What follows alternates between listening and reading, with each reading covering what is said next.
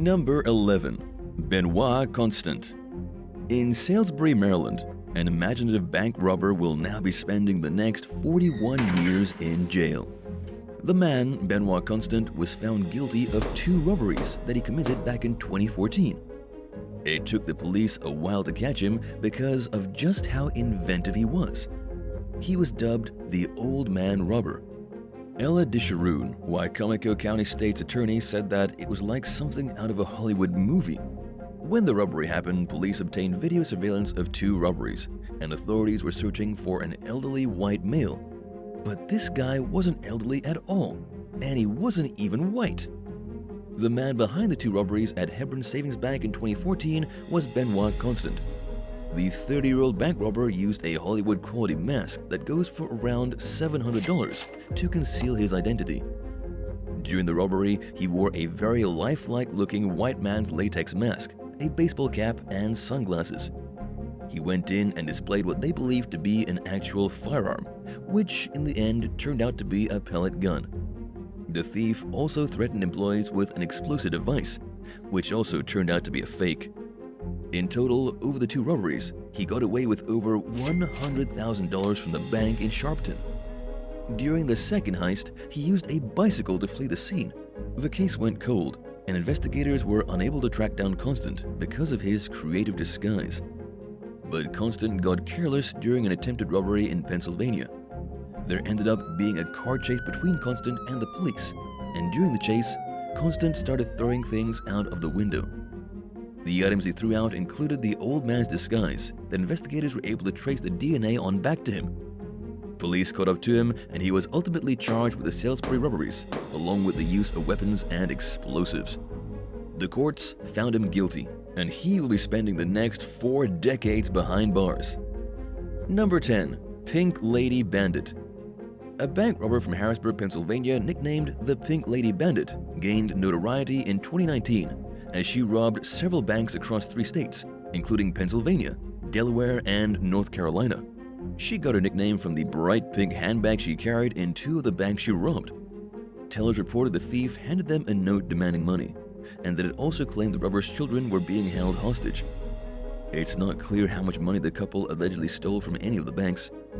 Her interstate crimes caught the attention of the FBI, who tracked down and arrested 35-year-old Cersei Bays at a hotel in Charlotte, North Carolina. They also charged an alleged accomplice, 28-year-old Alexis Morales, who was accused of being the Pink Lady Bandit's getaway driver. An FBI spokesperson announced Bays was suspected of committing at least 4 different bank robberies, and detectives clarified that none of her children were held hostage as she claimed in some notes she used in her holdups.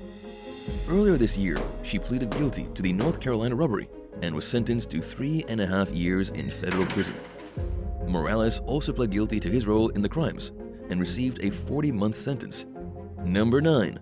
Jonathan Smith Jr.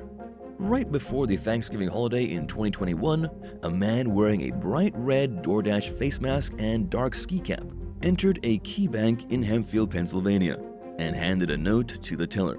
It said, "Cash, no die packs. Gun, now. Hurry." The teller handed over $3,230, and the robber fled the scene on foot. He reportedly ran through several parking lots before getting into a red getaway car and speeding away. Police traced the vehicle's path with the help of witnesses and surveillance footage, which captured the thief getting in and driving off. They also got photos from inside the bank that was robbed. Employees provided investigators with an index card the suspect had handled. They tested it for DNA and also collected a sample from the suspect, 29-year-old Jonathan Smith Jr., and it was a match. And it appeared as though he was already in hot water with the law. Just a day before the robbery, a county sheriff's deputy had served Smith with a protection from abuse order at his home. The woman who had filed the order against him told detectives she used to deliver for DoorDash and that one of her masks was missing, which explains where the suspect got the bright red mask that he wore during the robbery. Smith faces a slew of charges, including making terroristic threats, receiving stolen property, theft, and simple assault. He's being held on a $50,000 bond until his next hearing. Number 8. Stephen Trantel. Stephen Trantel was a successful Wall Street trader who provided his wife Jeanne and their children with an upscale lifestyle that many people can only dream of. From the outside looking in, it looked like they were living the American dream at their home in the Long Island suburb of Rockville Center. But TRANTEL made some serious mistakes when he lost his job and went to extreme lengths to maintain the finer things his family had gotten used to. For a long time, his loved ones did not know that he wasn't working. He left his house in a suit every morning, so it makes sense that JENNIE thought he was going to his job. But she noticed that some things seemed off. Stephen wasn't taking care of himself. He always seemed distracted and stressed out, and he had become unusually short-tempered. JENNIE also found it odd that when the couple went out for their birthday, Stephen paid for everything with cash. She became even more concerned when she realized they were behind on their mortgage. Mrs. TRANTEL finally learned the truth about her husband when he was arrested for robbing banks throughout Long Island, earning him the nickname the Long Island Bank Robber. He took a plea bargain in exchange for a 9-year prison sentence and lost his marriage in the process. Stephen was released in 2012 and appears to be making an honest living as a restaurant manager. Number 7. JENNIE AENENSON. Deputies from the Smith County Sheriff's Office in Kansas and several other law enforcement agencies recently responded to a call about a robbery at a local branch of the Farmers National Bank. Outside, they found 51-year-old JENNIE AENENSON, who claimed that 2 men had forced her to rob the bank with a bomb inside her bag. She also said that they had abducted her infant daughter and left the area while the robbery was in progress. Agents from the Kansas Bureau of Investigation, KBI, got involved. They determined no children were abducted during the crime, and that AENENSON does not have a baby. Explosive weapons experts concluded that the device inside the suspect's bag was not a bomb. Police charged AENENSON with aggravated robbery with a dangerous weapon, aggravated criminal threat, and 2 counts of interference with law enforcement. The investigation is ongoing, and the FBI is expected to join the case and may consider federal charges. Number 6. Timothy Jones. In one of the latest Florida man stories to hit the news headlines, a 59-year-old convicted bank robber named Timothy Paul Jones recently reoffended just 1 day after being released from prison. Jones had just finished serving an 8-year sentence for a 2013 bank robbery and had barely been out for 24 hours when he became wanted in Orlando for an armed bank robbery and carjacking. The suspect allegedly entered a Truist bank, hinted that he was armed with a gun, and demanded $150,000 in cash. He then forcibly stole a gray Toyota Camry and sped away. According to the last update, Jones was still on the run. Police have published the car's license plate number and appealed to the public for information regarding his whereabouts. They believe that he may have abandoned the stolen car and taken a bus out of town. The Orange County Sheriff's Office has also posted a tweet urging Jones to do the right thing and turn himself in. Number 5. Chelsea Wilson. When 24-year-old Chelsea Wilson asked her father to drive her to a job interview in Fort Lauderdale, Florida in 2016, he readily obliged. The unsuspecting parent did not know that his daughter was lying and that she wasn't pursuing a job at the TD bank he dropped her off at, but that she was instead robbing it. He waited inside his SUV while Chelsea went inside. When she returned to the vehicle with a large amount of cash a little while later, she claimed she had been offered the position and was even given an advance. Chelsea's father apparently didn't find this to be at all suspicious, even though she was wearing a wig, a hat, and sunglasses. He later learned that his daughter had entered the bank with a handwritten note, demanding all the cashier's $50 and $100 bills, making off with $300 total. It was like 3 other recent robberies in the area, leading federal investigators to Chelsea's home. She reportedly admitted to committing several thefts and claimed that she was using the money to buy groceries. Authorities reported that Wilson recently appeared in federal court in Fort Lauderdale to face bank robbery charges. Number 4. Shop and Rob Bandit.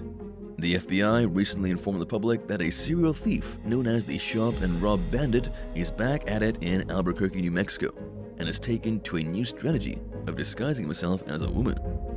In one of his latest 2 heists, the 6-foot, 5-inch tall suspect entered banks inside Walmart supercenters in the area, dressed in a wig, sunglasses, a surgical mask, tiger print pants, and tall brown boots. He was also reportedly wearing a light-colored sweater, a dark shirt, and a black over-the-shoulder bag. Investigators say that the shop and rob bandit carried out his two latest heists by handing a note to the bank teller demanding cash. The FBI is seeking any information that may lead to the identification and arrest of the serial offender, who seems to get away with his crimes without much resistance from his victims. Number 3. Reginald Thomas. Someone recently dialed 911 to report a robbery at an F&B bank in Paducah, Illinois. Police rushed to the scene, where they learned that a man had entered the bank armed with a shovel and demanded money from the teller. The employee complied and forked over some cash, and the robber fled. Officers immediately began searching the area and gathered surveillance footage, hoping to identify the suspect. Witnesses pointed law enforcement in the direction they saw him fleeing in, and from there, they identified a vehicle connected with the offender.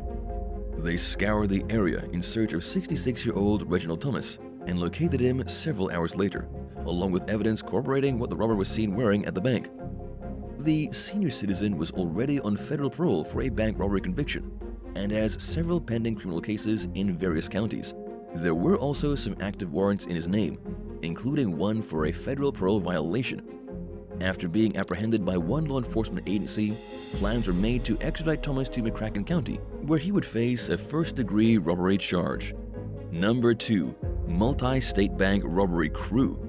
It seemed like a serial bank robbery crew was on a roll with no end in sight, until they committed their 15th heist across 5 states, including New York, Pennsylvania, and Indiana. Throughout the month of May, they hit 3 banks in Monroe County, Michigan, where local authorities collaborated with the FBI to identify and capture the crooks. Like most bank robberies, their MO was to have a crew member enter the bank, hand the teller a note demanding cash, and imply that he was armed, and make off with the money in an awaiting getaway vehicle. After tracking the crew's most recent thefts in other states, the investigative team tried to predict where the robbers would strike next. Soon enough, the thieves robbed a bank in Guernsey County, Ohio, leading local authorities on a 50-mile high-speed chase.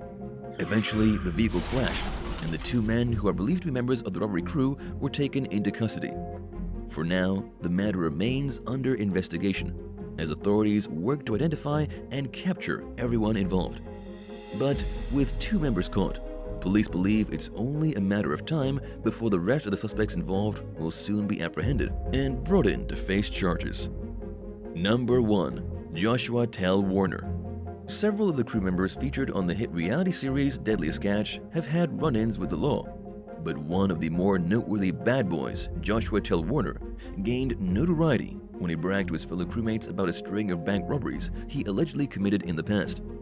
His loose lips may not have sunk his ship, but Warner's tendency to talk may have been one thing that ultimately led him to getting arrested in 2010 for crimes he was accused of committing in 2007 and 2009.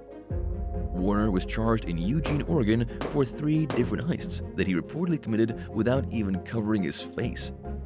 He was captured on New Year's Eve in Illinois when the vehicle he was traveling in was pulled over for a routine traffic stop.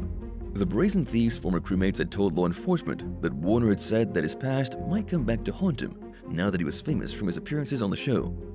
Eugene Police Department Detective Jeff Donaka told CBS that he actually watched the season that Warner was featured on.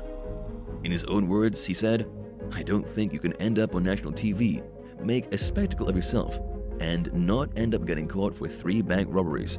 Warner pleaded guilty to 3 counts of second-degree robbery for the Oregon heists and was sentenced to over 9 years in prison. Each of his convictions carried a mandatory 70-month sentence, but luckily for him, he was ordered to serve several of his sentences concurrently, being released in 2020, assuming he didn't pick up any more charges. Warner apparently got his bragging out of his system and is kept out of the spotlight ever since his sentencing. Thanks for watching. Would you rather witness a terrifying bank robbery or be accused of stealing from a local department store in a case of mistaken identity? Let me know in the comments below.